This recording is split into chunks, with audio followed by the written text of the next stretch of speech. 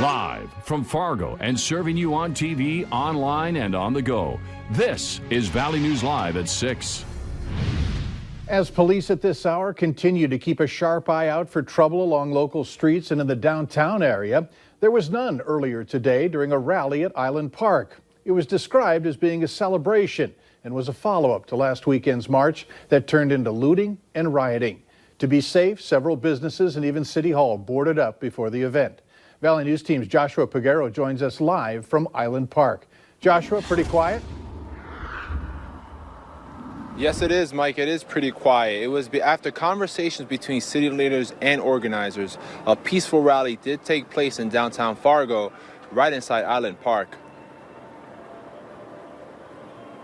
Of course, wanted to show up to show support for my brothers and sisters, as I would say, and make people realize that this is a huge problem going on. The theme of Friday's rally was unity and tearing down systemic racism. Obviously, there's a lot of police officers out here, and I love seeing it, and we'll talk about it time and time again. It's going to take middle ground and compassion to see both sides of the story. Signs were held calling for a better Fargo. They yelled "No justice, no peace," and repeated George Floyd's name. There's no color. We're all holy energy in that spirit world. Organizers talked about businesses, law enforcement, and schools needing to be held accountable for overlooking a person of color. Talk about my first best friend having to stop hanging out with me in the 5th grade because hanging out with black kids will lead him to trouble. But the organizers made a point of saying it's not a black or white thing. One injustice hurts the human race.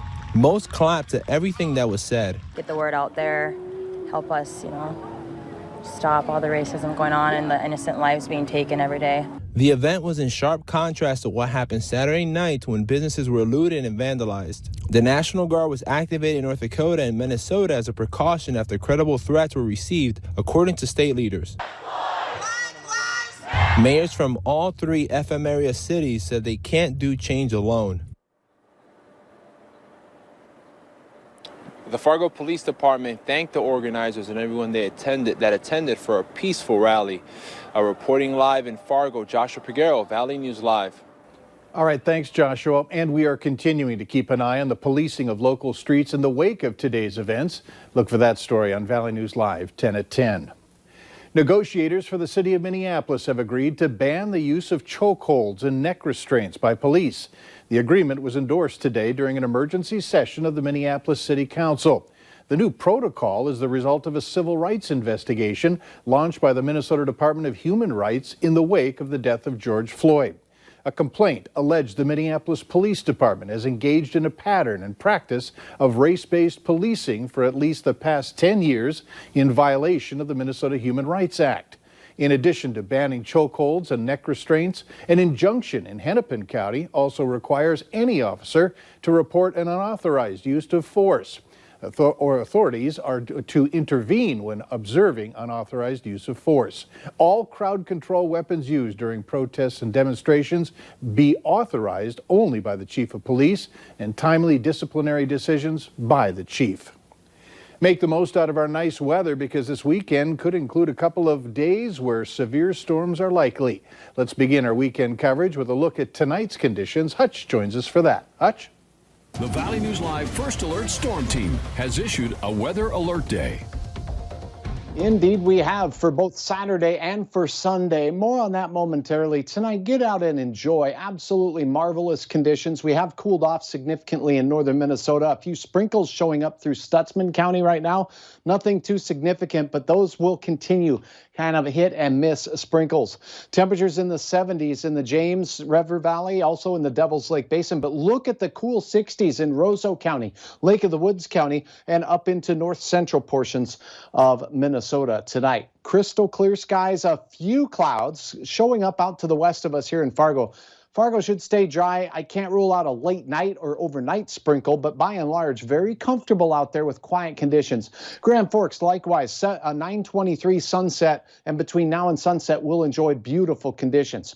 Saturday and Sunday, not all day, every day, but there will be a risk for severe weather. I'll tell you where and when and how they progress through the region here in a moment. All right, thanks, Hutch. And make sure you have the Valley News Live Storm Team weather app so you can keep up with the weather anytime, anywhere. You'll get the latest forecasts and conditions so you can plan your day. Just search VNL Weather in the App Store. Download it for free. As a precaution surrounding the celebration held earlier today at Island Park, several businesses in Fargo and Moorhead were closed. Moorhead authorities say they received several messages from businesses with concerns.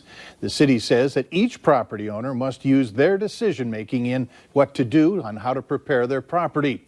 The city advised businesses to remove items around their property that could be used to cause damage or harm. An assault yesterday in Moorhead is now being ruled a homicide. Police identified the victim as Richard Steffen of Fargo. Moorhead Police and the Minnesota Bureau of Criminal Investigations continue to look into the case. They have identified what they say are people of interest, but they're not able to provide more details at this time. They do say that there is no threat to the public. Minnesota has announced another 33 COVID-19 related deaths today, bringing the death total in the state to 1,148. Another 712 positive cases are being reported today as well. The active case count in the state now stands at 3,968. Minnesota Governor Tim Walz has announced Phase 3 of the Stay Safe Minnesota plan. Now, this eases restrictions on places like restaurants, gyms, and churches starting June 10th. Restaurants will now be able to offer indoor dining while maintaining social distancing and no more than 50% capacity. Gyms, personal fitness, and yoga studios can open at 25% capacity. Personal services like salons, tattoo parlors, and barbershops can increase capacity to 50%, but still must require reservations. And places of worship can increase to 50% capacity. To see the complete listing of the new guidelines, find this story on the VNL News app. North Dakota Governor Doug Burgum is urging long-term care facilities in the state to consider allowing some form of visitation. The governor said today, ultimately, it is up to the facilities to decide, provided that they can create a safe outdoor location, wear masks, and use appointments.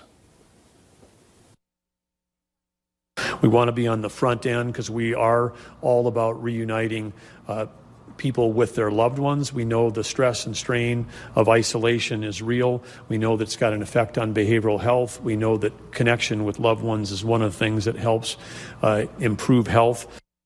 Work still needs to be done before indoor visitation moves forward. The governor says that decision will be made on a county-by-county basis and will take into account the active residents in the facility. For example, with its high number of current COVID cases, Cass County would not qualify.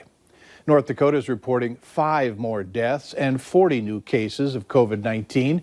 1 death was in Grand Forks County, the other 4 in Cass County.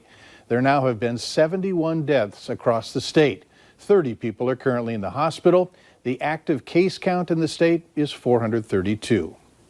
Changes have to be made to the contact tracing app that the state of North Dakota has been using.